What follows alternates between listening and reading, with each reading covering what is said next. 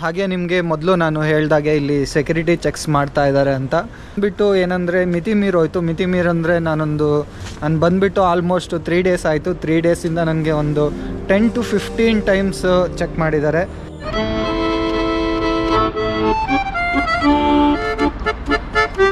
ಇಲ್ಲಿ ಇವರು ಎಲ್ಲರಿಗೂ ಸೆಕ್ಯೂರಿಟಿ ಚೆಕ್ಸ್ ಮಾಡ್ತಾ ಇಲ್ಲ, ಇವರು based on colour security cheques ಮಾಡ್ತಾ ಇದ್ದಾರೆ. ಅಂದರೆ ನಿಮಗೆ ನೀವು ಸ್ವಲ್ಪ ವೈಟ್ ಆಗಿದ್ದರೆ ನಿಮಗೆ ಸೆಕ್ಯೂರಿಟಿ ಚೆಕ್ಸ್ ಮಾಡಲ್ಲ, ನಾನು 100% ಹೇಳ್ತೀನಿ. ಆದರೆ ನಿಮ್ಮದು ಕಲರ್ ಸ್ವಲ್ಪ ಸ್ಕಿನ್ ಟೋನ್ ಬಂದುಬಿಟ್ಟು ಸ್ವಲ್ಪ ಬ್ರೌನ್ ಆಗಿದ್ದರೆ ಪಕ್ಕಾ ಒಂದು ನಾನು 90% ಹೇಳ್ತೀನಿ, 90% ಚಾನ್ಸಸ್ ನಿಮಗೆ ಸೆಕ್ಯೂರಿಟಿ ಚೆಕ್ಸ್ ಮಾಡೇ ಮಾಡ್ತಾರೆ.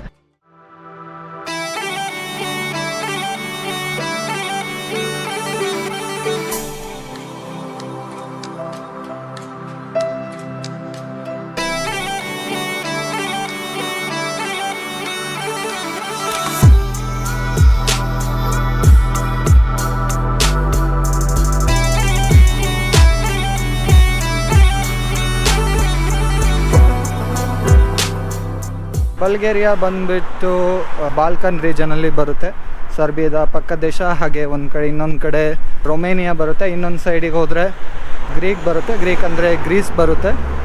ಹಾಗೆ ಇಲ್ಲಿ ಅಫಿಷಿಯಲ್ ಲ್ಯಾಂಗ್ವೇಜ್ ಬಂದುಬಿಟ್ಟು ಬಲ್ಗೇರಿಯನ್ ಲ್ಯಾಂಗ್ವೇಜು.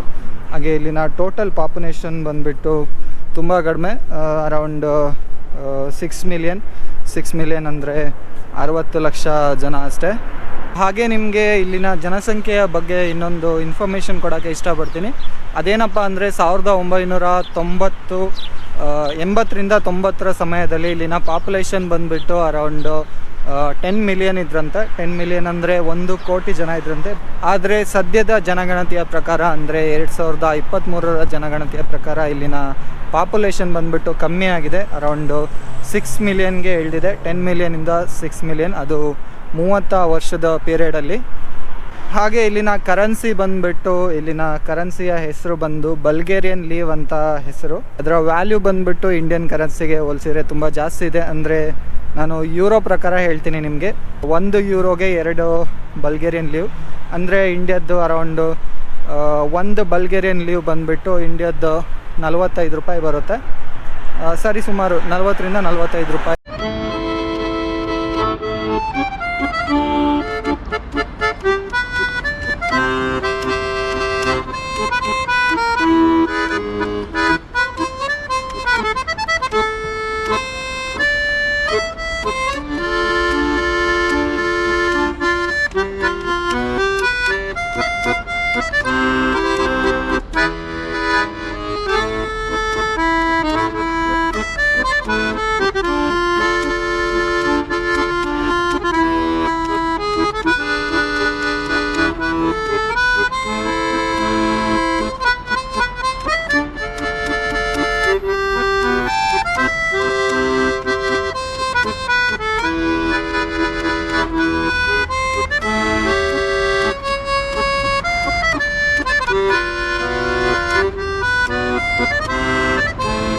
ಹಾಗೆ ನಿಮಗೆ ಸೋಫಿಯಾ ಬಗ್ಗೆ ಇನ್ನೊಂದು ಇನ್ಫಾರ್ಮೇಷನ್ ಹೇಳ್ತೀನಿ. ಈ ಸೋಫಿಯಾ ಬಂದುಬಿಟ್ಟು ಇಡೀ ಯುರೋಪಲ್ಲಿ ಅತ್ಯಂತ ಹಳೆಯ ಸಿಟಿ. ಇದನ್ನು ಬಂದುಬಿಟ್ಟು 600 ADಯಲ್ಲಿ ಕಟ್ಟಿದ್ರಂತೆ. ಹಾಗೆ ನಿಮಗೆ ಇನ್ನೊಂದು ವಿಚಾರ ಹೇಳಬೇಕು, ಅದನ್ನು ಬಂದುಬಿಟ್ಟು ಈ ಬಲ್ಗೇರಿಯಾ ದೇಶ ಬಂದುಬಿಟ್ಟು ಇಡೀ ಯುರೋಪಲ್ಲಿ ಅತ್ಯಂತ ಬಡ ದೇಶ. ನಾನು ಯಾವಾಗಲೂ ಯಾಕೆ ಬಲ್ಗೇರಿಯಾ ಅಂತ ಹೇಳ್ತಾ ಇದ್ದೀನಿ ಅಂದರೆ ಅದು ಸ್ವಲ್ಪ ಸಹವಾಸ ದೋಷ ಅಂತಾರಲ್ಲ, ಅದಕ್ಕೋಸ್ಕರ. ಅದರಿಂದ ನಮ್ಮ ತುಂಬ ಫ್ರೆಂಡ್ಸ್ ಇದ್ದಾರೆ, ಇಟಾಲಿಯನ್ ಫ್ರೆಂಡ್ಸು, ಅವರೆಲ್ಲ ಬಂದುಬಿಟ್ಟು ಬುಲ್ಗೇರಿಯಾ ಅಂತ ಹೇಳ್ತಾರೆ. ಸೊ ಅವರು ಹೇಳಿ ನಾನು ಕಲ್ತ್ಕೊಂಡ್ಬಿಟ್ಟಿದ್ದೀನಿ ಬುಲ್ಗೇರಿಯಾ ಅಂತ ಹೇಳೋಕ್ಕೆ. ಹಾಗೆ ನಿಮಗೆ ಇನ್ನೊಂದು ವಿಚಾರ ಹೇಳಬೇಕು ಇಲ್ಲಿನ ವೀಸಾ ರಿಕ್ವೈರ್ಮೆಂಟ್ ಬಗ್ಗೆ.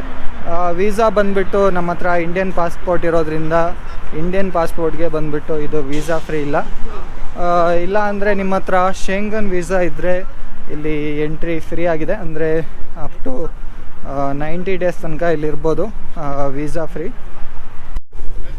ಸೊ ಹಾಗಾದರೆ ಬನ್ನಿ ನಾವು ಎಕ್ಸ್ಪ್ಲೋರ್ ಮಾಡೋಣ ಯಾವುದ್ಯಾವುದು ಟೂರಿಸ್ಟ್ ಪ್ಲೇಸ್ ಇದೆ ಅಂತ. ಇಲ್ಲೇ ಸ್ವಲ್ಪ ಒಂದು ಕೆಥೆಡ್ರಲ್ ಎಲ್ಲ ಇದೆ, ತುಂಬ ಹಳೆ ಚರ್ಚ್ ಅದು. ಹಾಗೆ ಇನ್ನೂ ತುಂಬ ಪಾರ್ಕ್ಗಳೆಲ್ಲ ಇದೆ ಇಲ್ಲಿ, ನಿಮಗೆಲ್ಲದನ್ನೂ ತೋರಿಸ್ತೀನಿ ಬನ್ನಿ. ಹಾಗೆ ಒಂದು ಪಾರ್ಕ್ ಇದೆ, ನ್ಯಾಷನಲ್ ಏನೋ ನನಗೆ ನೆನಪಿಗೆ ಬರ್ತಾ ಇಲ್ಲ, ನಾನು ಆಲ್ರೆಡಿ ಹೋಗಿ ಬಂದೆ.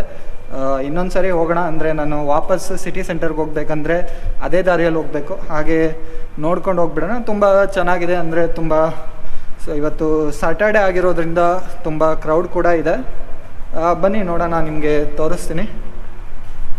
ಇದು ಬಂದುಬಿಟ್ಟು ಇದು ಇಲ್ಲಿ ಅಂಡರ್ಗ್ರೌಂಡು. ಬ್ಯಾಂಗ್ಳೂರಲ್ಲಿ ಯಾವ ಥರ ಮೆಜೆಸ್ಟಿಕ್ ಅಂಡರ್ಗ್ರೌಂಡ್ ಇದೆ, ಆದರೆ ಇಲ್ಲೂ ಅದೇ ಥರ ಅಂಡರ್ಗ್ರೌಂಡ್ ಇದೆ. ಬಟ್ ಇಲ್ಲಿ ಯಾರೂ ಜನ ಇಲ್ಲ, ತುಂಬ ಜನ ಇಲ್ಲ.